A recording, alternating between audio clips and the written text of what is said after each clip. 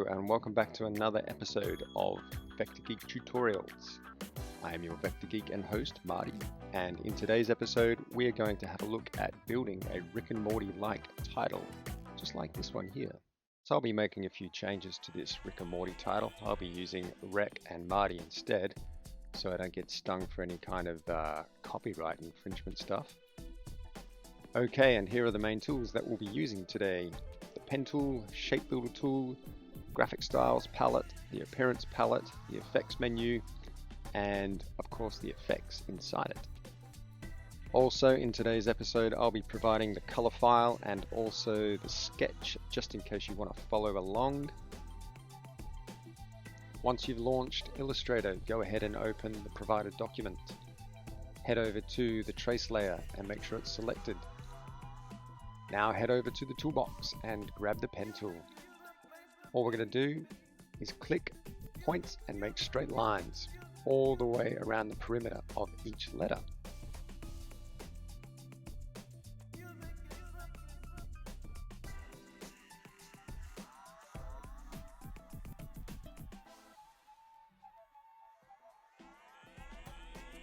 And when you have completed tracing around all of the letters, go ahead, select all of them, make the fill white and give it a black stroke. While it's all selected, go back to the toolbox and grab the shape builder tool.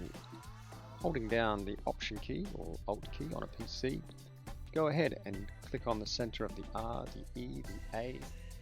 Also, I'd recommend adding additional points around each letter, similar to what's on display here.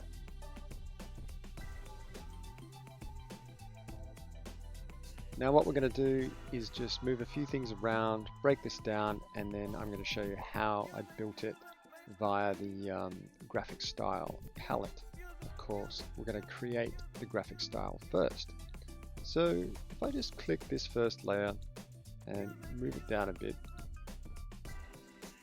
you'll see that the graphic style is applied to this one. And you can see, if I just zoom in a little, some things are overlapped and they look a bit funky, but that's what the second layer is for of this artwork. Once that's moved into position, it's all good. All right, so let's go ahead and delete that. Let's select all of these and let's go to the appearance palette and let's go ahead and clear appearances. And while I'm at it, let's just make this stroke a value of 2 and make it white. Now that we have our graphics stripped down to the bare essentials, let's focus in on this letter M, because what we'll do is we'll establish the graphic style with this single letter and then apply it to all the other letters. So the first thing we need to do is adjust the stroke. So we need to select it, of course, and give it a rounded cap and this kind of corner joint. Then we need to head to our appearance palette, go to the effects menu, come down to stylize and rounded corners. Hit preview, and what we want in here is 6.35 millimeters. So we've got this nice roundness affecting it. The next thing we want to do is roughen it up a bit. So back to the appearance palette, effects, distort and transform. And in this roughen, what we're going to do is click preview. And of course we don't want this. And our settings are going to be 0.75 or 0.75 in the size, and in the detail just a value of 6. And of course we want this to have smooth points. Click OK. The next thing we want to do is we want to sort out the stroke. So we have our item selected. Let's go to the stroke. Let's make this color here. Also note that the stroke on the graphic for this one needs to be on the outside. So let's head over to the stroke palette. Let's set it to the outside and we're good to go. back to the appearance palette. And what we want to do is we want to copy this stroke out. So hold down the Option key, click drag, and now we have a second stroke. Let's change the color to this weird green, and let's crank up this value to 10. There we go. The next step is to apply an outer glow to it. So down to the effects, and let's see, down to stylize, outer glow. And what we're going to do here,